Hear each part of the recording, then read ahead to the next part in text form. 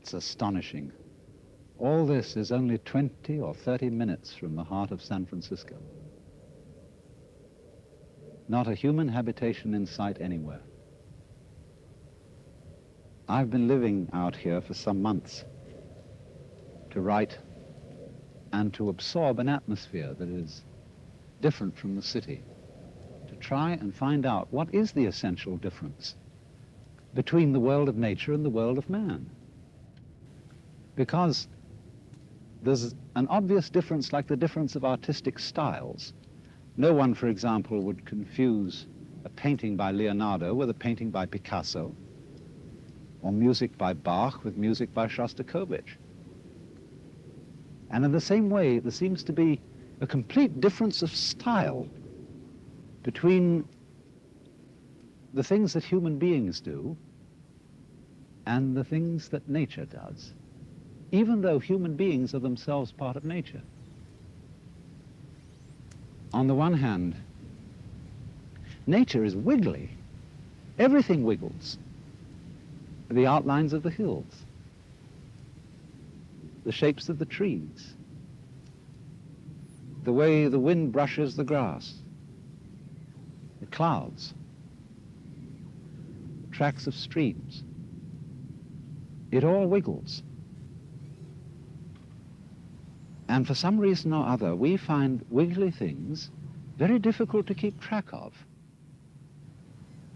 And you know, we say to people, keep still so that I can see you. Keep still for the camera.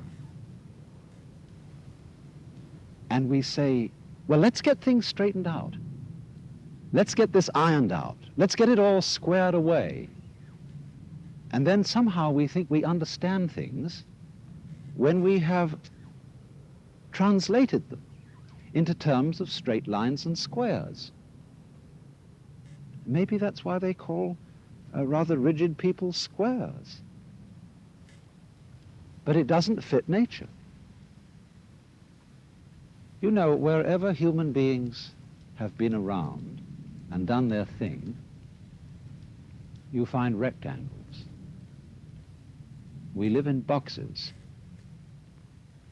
Our streets, especially across states like Kansas and Nebraska, are laid out in a grid pattern. Why, they even dropped a grid pattern on top of San Francisco with all those hills so that cars run away. Because it seems that the human being really has a very simple kind of mind. And all this wiggliness is too complicated. I don't think it really is complicated, because after all, it's very simple to move, say to raise something or to open and close your hand. It's perfectly easy, because we don't have to think about it. Things become complicated only when we think about them. And that's because we're trying to translate them into a form of life which is very much simpler and cruder than the forms of life we're talking about. A triangle is very much simpler and cruder than a mountain, even though you may represent a mountain with a triangle. Human beings are just as wiggly as nature, and our brains are an incredible mess of wiggles. And that's the part of ourselves that we understand least of all. I'm afraid the problem is partly due to Mr. Euclid, who invented geometry, because he didn't really measure the earth.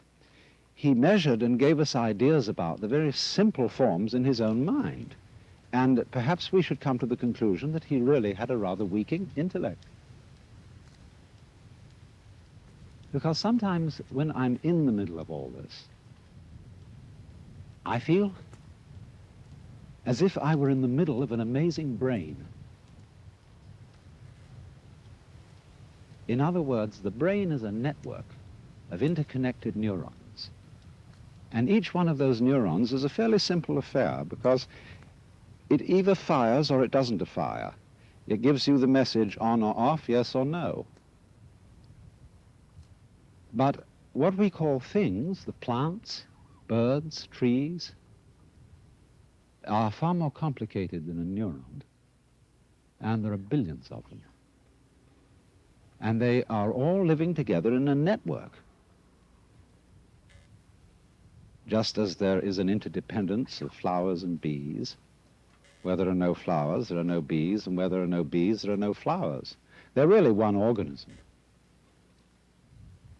And so in the same way, everything in nature depends on everything else. So it's interconnected.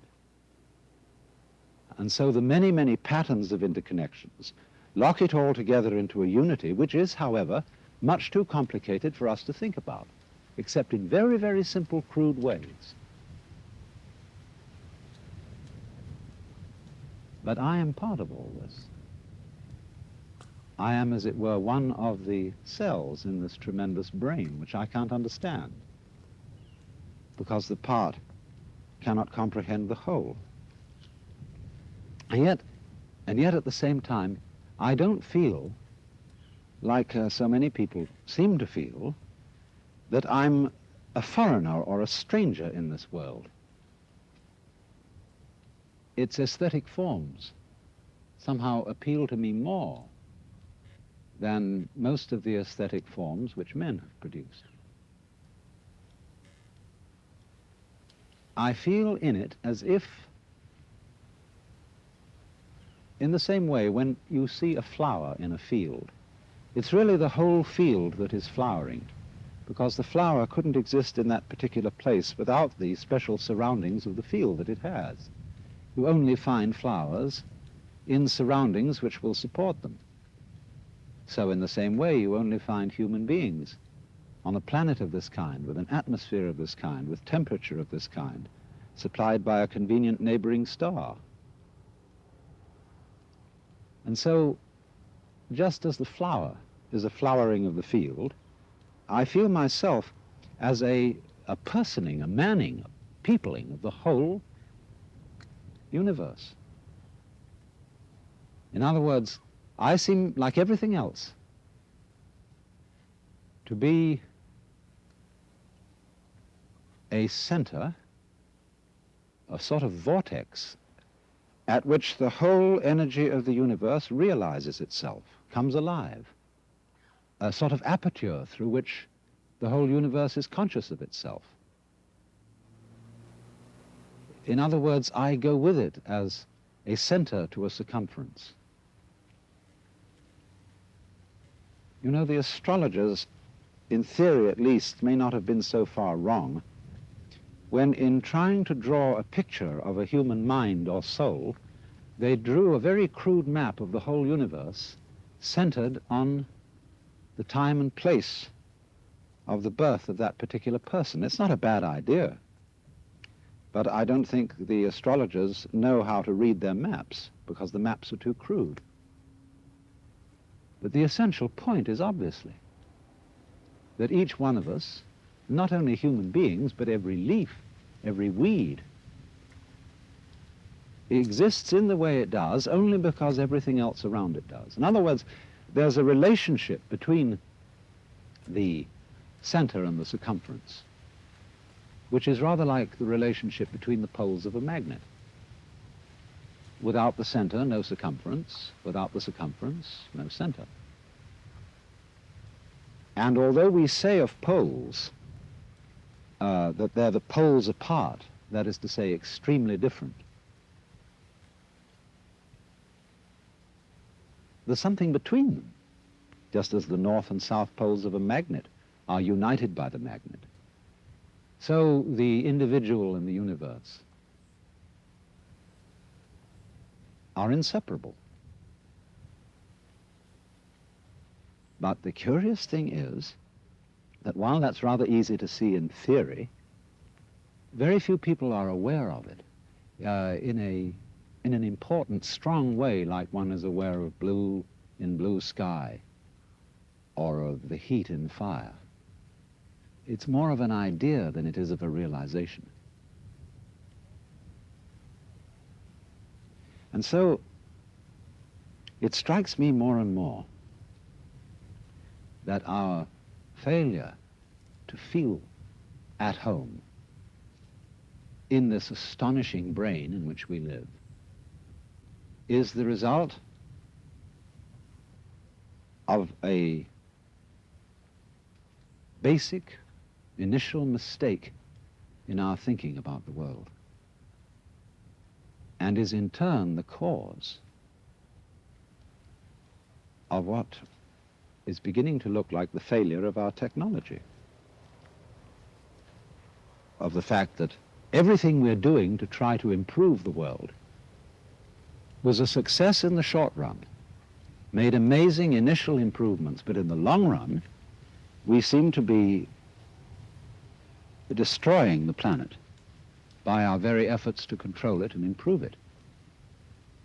And it strikes me that that is because we are really too simple-minded to understand what we're doing when we interfere with the natural world strongly and on a vast scale. We don't really interfere with it because that would suggest that we were something different from it, something outside. But I think what we're doing is we are understanding it in terms of languages, numbers, in terms of a logic which is too simple for the job, too crude for the job. To begin with, we understand everything in terms of words or numbers, and they're stretched out in rows, in lines. And our eyes have to scan those lines in order to understand them.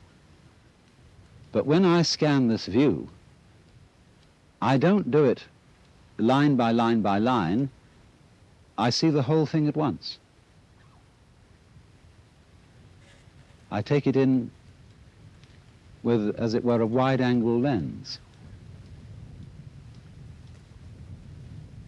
But when I try to understand the world through literature and through mathematics, I have to scan lines. You know, that's why it takes us so long to get educated in school, because our eyes have to scan and organize miles and miles of print. And that takes us 20 years or more to get through it. But life happens, changes go on too rapidly for that. Because you see, in the world, everything is happening all together everywhere at once. And meanwhile, we, with our myopic little minds, are working it out step by step. Of course, we are greatly assisted by the rapidity of the computer. But even so, the computer is still looking at things in rows as the magnetic tape goes through and is scanned by the computer. It's still all going along in a single track. And I suppose then our difficulty is that we have lamentably one-track minds in an infinitely many-tracked universe. And we may have to come to the alarming conclusion that the universe is smarter than we are.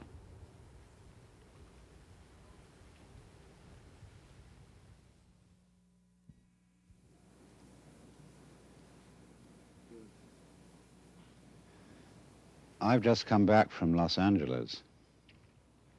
I was down there to meet with a group of rather important people, people in the movie industry, scientists and so on, who were considering calling a congress of the best minds in the world to meet in Los Angeles in the near future, to be a kind of planetary alarm conference. They wanted scientists and statesmen, religious leaders, and to do something to impress upon the world through all the media that we are in very serious danger of destroying the biosphere, that is to say, the whole envelope of living creatures which covers this planet, through pollution, overpopulation, nuclear fallout, poisoning of our food and very lack of food. And we met to discuss the problem of organizing this conference, and here were all these brilliant people. And it came over us that we really didn't know what we ought to say. I mean, you can scream and create a state of panic, but that won't do any good. And when it came down to it, we didn't know what we ought to say because we really don't know what to do. Some things that we might do, for example, to increase the food supply with high-yield crops, may be ecological mistakes. And so the consensus of almost everybody at the meeting was that in some way or other, the human race has to learn how to leave the world alone and let what is called the natural homeostasis, that is the self-balancing process of nature, take care of the mess. Now, how are we going to do that?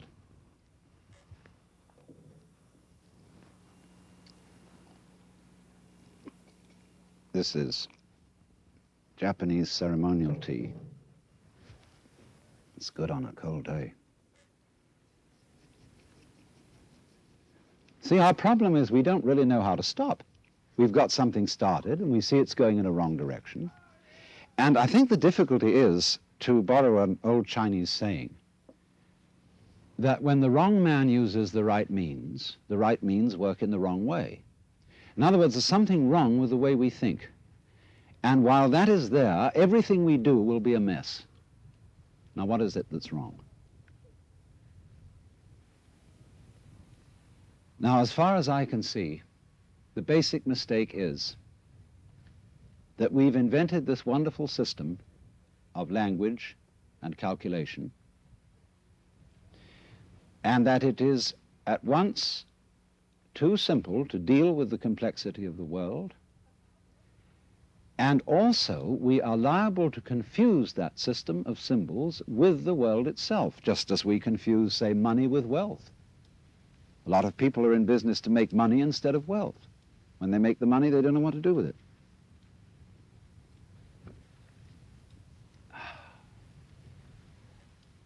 And so in the same way, we confuse happiness with status, and we confuse ourselves as living organisms which are one with this whole universe with something we call our personality. Now, what is our personality? Our personality is what we call our image of ourselves, and also our thought about ourselves, our idea of ourselves. This is the person. In other words, what people meet and understand, and what I understand as Alan Watts, is a big act which is not really me. Because in the image of Alan Watts, there are not all my unconscious processes, both psychological and physical. The construction of my brain is not contained in the concept Alan Watts, and the concept Alan Watts does not contain the inseparable relationships which I have with all the rest of the universe. And therefore that concept is a fraud. And when it's mistaken for the real me, there's a confusion, because if somebody says to me, Alan Watts, do something about it, the concept Alan Watts can't do anything. In other words, because it's only a concept, you can't make it lift a weight, just as 3 is a concept. 3, the number. You can't make just plain 3 do anything. So also you can't wrap up parcels with the equator. It's a useful imaginary line, but it can't do anything. But we all feel that this concept of ourselves, which we call our personality or our ego, can do something, because we think it really exists. And I'll tell you why we think it exists. What happens when you, if I were to say to you, now look hard at the television screen, really look at it. What do you do as distinct from just watching it in the ordinary way when you say, now I really got to see that? What do? Notice that you tighten muscles all around here, that you frown a little, you clench your teeth perhaps. Now what has that got to do with seeing anything clearly? It has absolutely nothing to do with it. Same thing when you listen carefully. Now listen, catch everything that's said, or you start tightening up around your ears. That has nothing to do with hearing clearly. Now, from the moment we were little children, when teachers in class screamed at us, "Pay attention," we go tight in various ways, either to see or hear more clearly, to concentrate, or to will something which is supposed to be difficult to do. And that constitutes a habitual tension over the whole body that's there almost all the time. And that feeling of unnecessary tension is, as it were, the material sensation upon which we fasten this concept of I. We hang it on to that feeling. The concept is not us. The feeling of tension is completely phony. It has nothing to do with success in seeing, hearing, or acting. And so we get the marriage of an illusion with a falsehood, and that we call ourselves. And no wonder we feel cut off from everything, alienated, frightened of life and death. So what has to happen is we have to come back to a sane view of our own life, which is the way we really are, an organism functioning in terms of the whole environment, with the whole environment, instead of this funny little separate personality. But how are we going to do that? People say, oh, you can't change human nature overnight. You're asking us to give up the ego. And that's the most difficult of all things to do. Actually, it isn't, because the ego doesn't exist. But of course, if you try to give up your ego with your ego, then it'll take you to the end of time.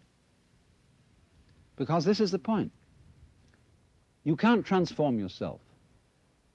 You can't make yourself sane. You can't make yourself loving. You can't make yourself unselfish. And yet it's absolutely necessary that we be that way. It's absolutely necessary. If we are going to hand over the direction of nature to nature, which is what it comes to, it's absolutely necessary that we let go of ourselves, and it can't be done. Not by anything that we call doing it, acting, willing, or even just accepting things. You can't do it. Why? Because you don't really exist as that kind of a separate ego or personality. It's just an idea based on a phony feeling. So when it comes down to it, it's shocking news for us, for the human race, for our pride. You're only making a mess by trying to put things straight. You're trying to straighten out a wiggly world, and no wonder you're in trouble. So you can't do anything. So you can't transform yourself. And what can you do? What happens then if you actually realize you've come to a dead end? And the human race has come to a dead end, in my opinion. What then? Commit suicide? Or is there something else? What happens when you just wait? There's nothing you can do. You watch. And all you see is what goes on that is happening of itself. You're breathing, the wind is blowing, the trees are waving, your blood is circulating, your nerves are tingling. It's all going on of itself. But do you know, that's you. That's the real you. The you that goes on of itself. It's not the symbol. It's not the person. It's you that's happening, as when you breathe. Yes, you can get the feeling that I am breathing by shoving your breath, but your breath goes on day in and day out without your doing anything about it or even thinking of it. The same way your brain is functioning without your forcing it. So when you come to a dead end, and we are individually and socially now in 1971 at a dead end, this is the moment of which it is said man's extremity is God's opportunity, because we have to stop. And when we stop, we find a world that is happening rather than being done, being shoved. And that happening as distinct from doing, is our fundamental self. And our fundamental self is not something just inside the skin. It's everything around us with which we connect. When you look out of your eyes at nature happening out there, you're looking at you. I'm not going to say what we should do from then on,